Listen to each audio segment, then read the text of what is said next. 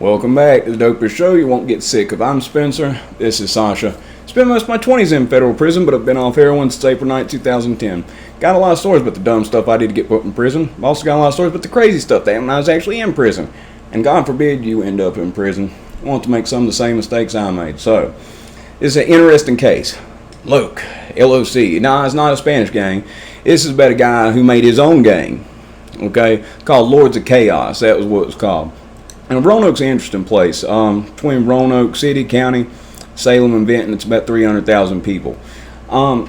There is a bridge that goes across 581. 81 is the major interstate, but 581 is what goes through Roanoke, connects to 220. And there's a bridge that if you take a left, it'd take you, basically, you know, the city. You know, you got the tall buildings down there, like 40, 50 floors high.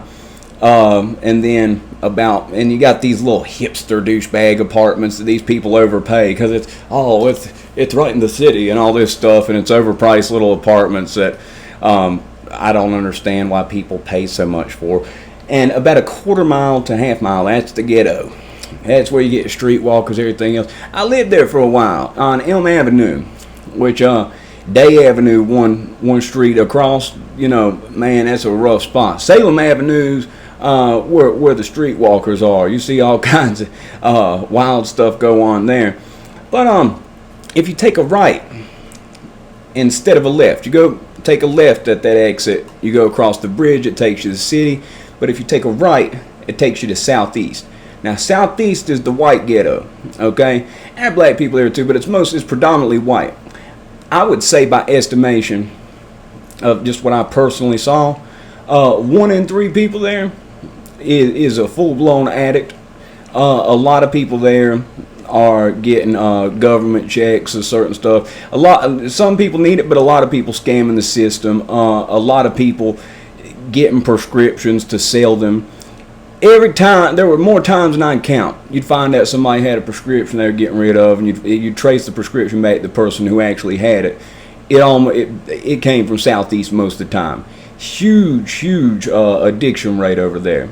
I lived there twice in both the halfway houses. The first time I was in drug court, and then when I was right before I went, I was on the run. Before I went to jail for a year.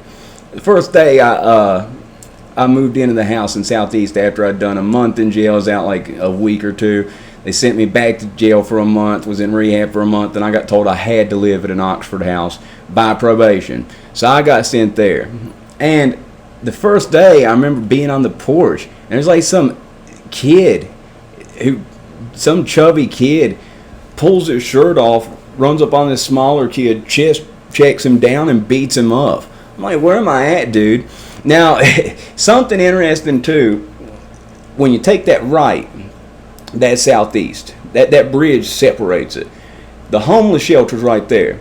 So when they've released, when the homeless people go about wherever they go about once they get released from the shelter that morning, a lot of them filter into southeast. I've told my loved ones, do not stop at a gas station there. It's bad. Now, Vinton's a nice little town. It's a nice little town. But, as you drive through it, I'll need to do videos driving through there, maybe talk to some people or something. But just showing you what it looks like, it's rough. It's rough. Completely different type of spot. And that's where this dude who I'm talking about here, that's where he lived. Now, there's something else interesting. Like, you'll see a lot of different type of people down there. There's some people that are like, blue collar, working man, maybe some redneck stuff like that, just gritty.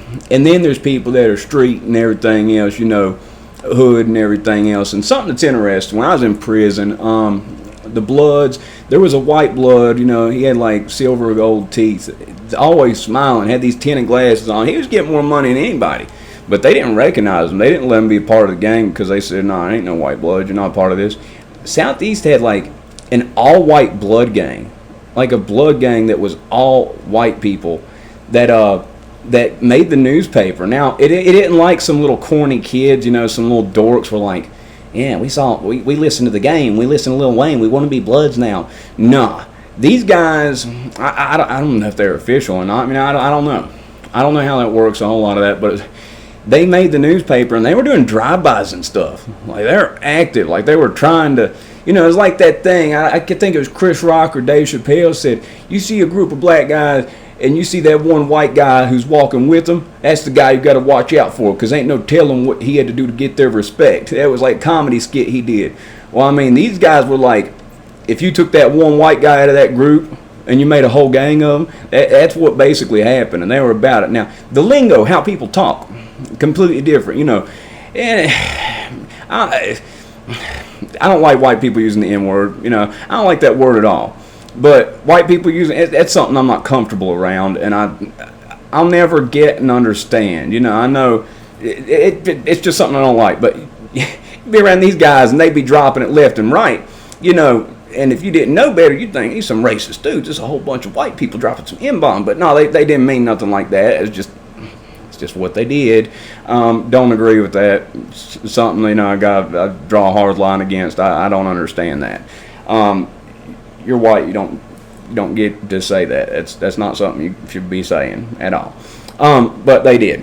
But then there are other people. There's other groups of people through there. Like a lot of people that you'd guess would be like, you'd see them and you'd be like, yeah, probably part of the Aryan Brotherhood or something like that.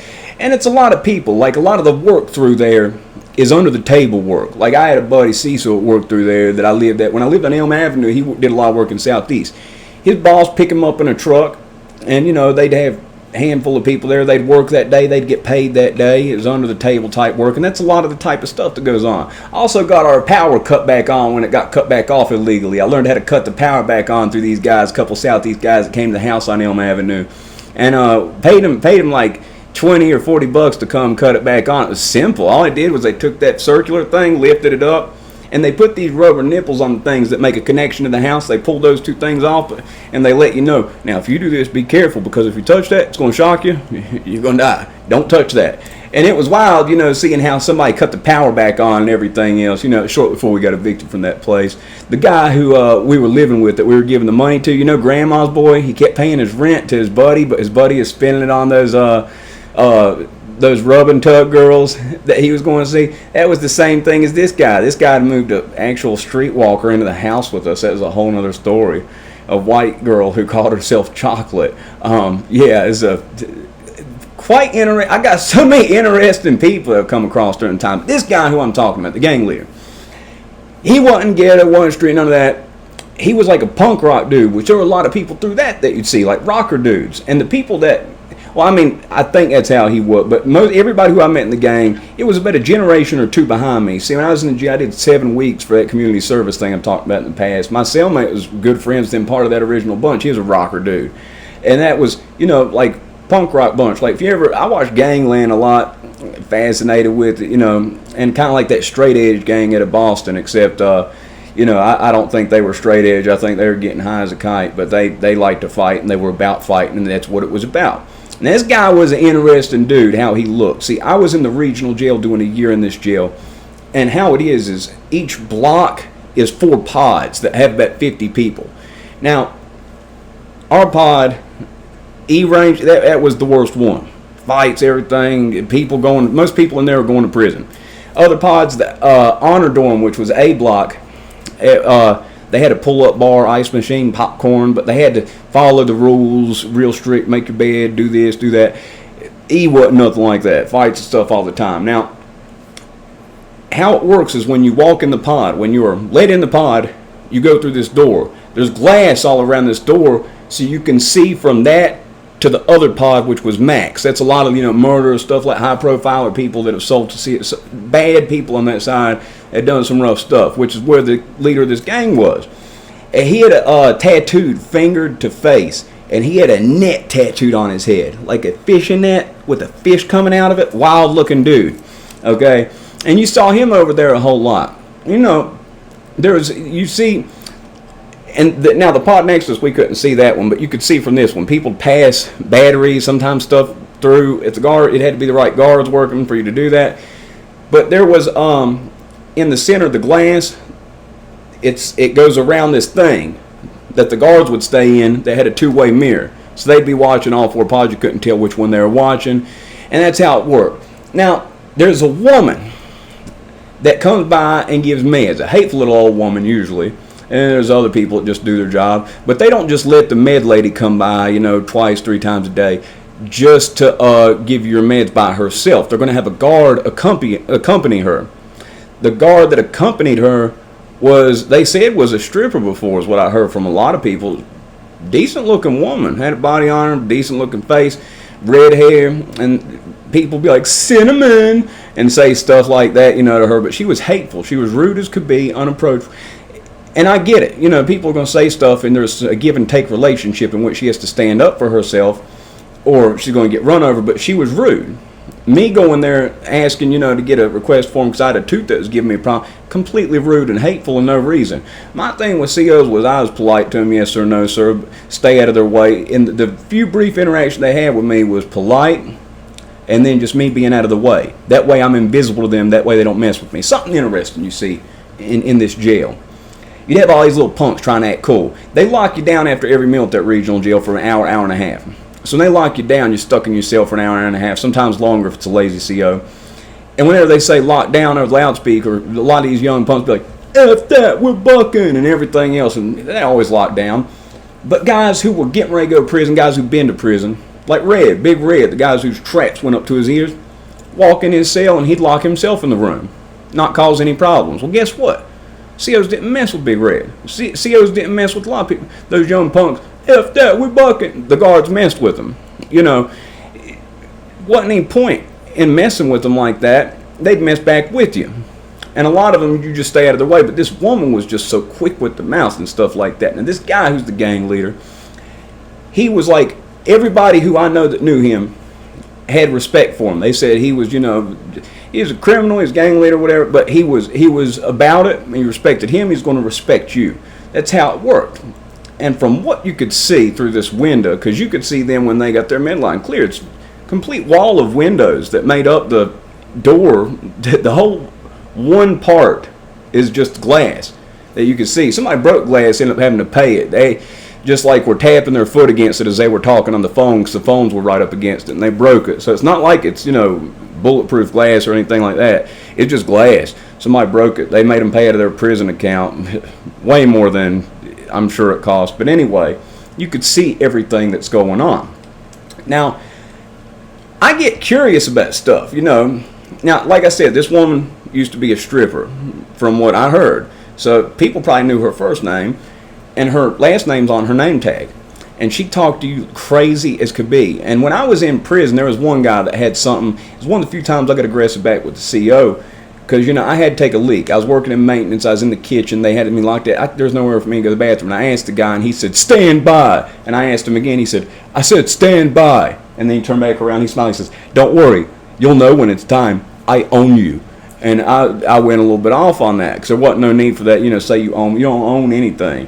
You're a prisoner in here. You work as a CO. You're doing time. You're doing time. You're getting paid to do time. You're voluntarily locking yourself in a prison half the day where people get forced to go when they commit crimes. Clown. But this woman talks like that. She said stuff like that. That was crossing a line that certain people that come from a lifestyle in which you don't talk like that. They don't do the passive aggressive stuff. They'll just go ahead and, you know, smack somebody. You don't talk to them like that. Well, from what you could see him and her at peeling a few times, and people are like, oh look, he's going at her again, because people were waiting for him to, you know, spaz out on her or something, you know, say something, and you know you'd see him back and that woman do this, and you'd see him back and forth, and what ultimately happened was, I'm going to tell you what I got the story later, because see, that was the max pod. They were like in a yellow jumpsuit. We had the orange jumpsuits, you know. They gave you black and white striped pants that you could wear and a t-shirt, you know. That was your, you know, leisure thing. But you had to wear the jumpsuit anytime you left the pod. But you could see him across the hall, okay, and you see her say something hateful, and I'm watching it, and then you say him say something, and then she does the hateful thing back, then he says something else. And she gets scared. Now, this ain't a woman that's scared. It seems like she's scared. It's a woman that's trying to act like she's too tough, that's going to talk verbally abusive, crazy to you. Crazy, greasy. And you see her get scared, like the fear of God got put in her. And then you see her shake to get her walkie-talkie. You see the other pill woman like, And then you see her hit the walkie-talkie. She says a bunch of stuff. They come in there, they snatch him up, and as he's being taken around the corner, they're already beating the piss out of him. Now, I heard stuff about people beating the piss out of him. My mom had a friend that was a secretary at this place. Her daughter worked at the jail, and her daughter got in trouble because she treated people like humans too much. Her daughter's boyfriend, I don't know if they're together or whatever, we ended up going out to eat with them. I went out to eat with my mom and them. I didn't know that they were seeing it till after we were sitting down eating. Now, I'm trying to talk, just regular with this guy because my mom's friend said he liked MMA, so I tried to talk. Anything I said to him, he just was like, and then looked the other way. Like, he ignored me completely. I found out he was somebody that liked, and he dorky glasses, not muscular at all.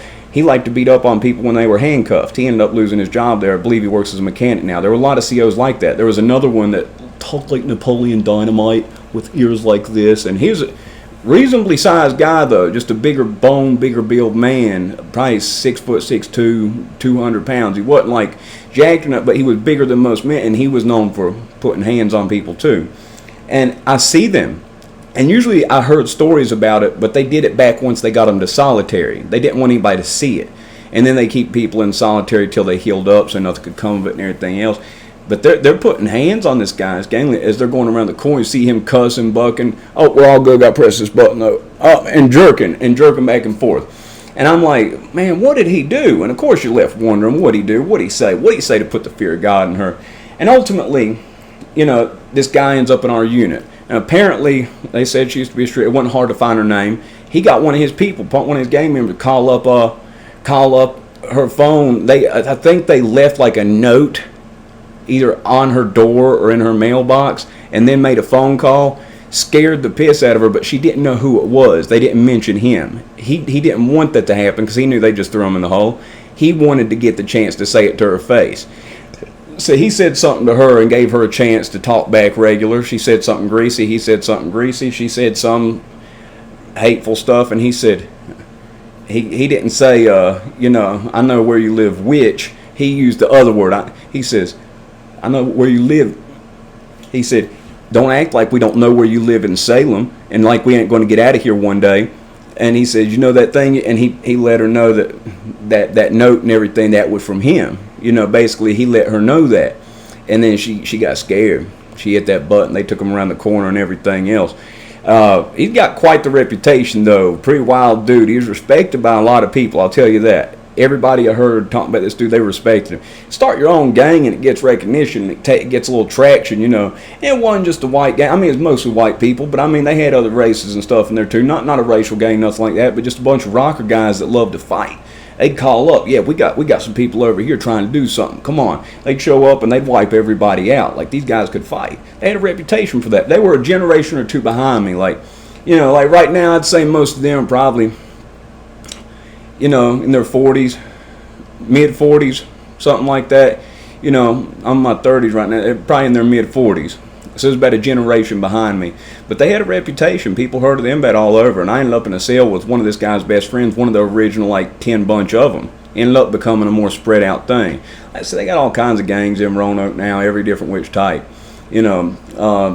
And it's a problem. Back when it first happened, they used to deny that we had gangs in Roanoke. We don't have those in our town. Until there was a drive-by done at Lansdowne, a whole bunch of people got hit up, and then stuff happened. Then they had no choice but to admit it. Lansdowne Crips was the first one they talked about, but more of a blood city's main thing. But it's still both of them, every which other type of one. But some wild stuff. It was even like I said, that gang. Whenever I saw the newspaper and I saw police take down a blood gang, and I see 10, 12 mug shots, and it's all white people, but it tells what they did. They weren't just some runaround guys. They were actually out there getting stuff, doing stuff, doing stuff, to make a name, yeah. So it wasn't a runaround bunch of stuff. There's a lot of stuff that happens, There's a decent amount of stuff that happened. It used to be one of the top 10 cities to raise your kid in the country, and then just a few years back, it was ranked the most violent city in Virginia,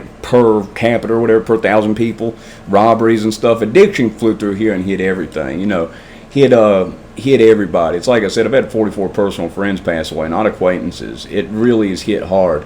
And addiction's always been a thing over in Southeast, but it's spread throughout the whole city.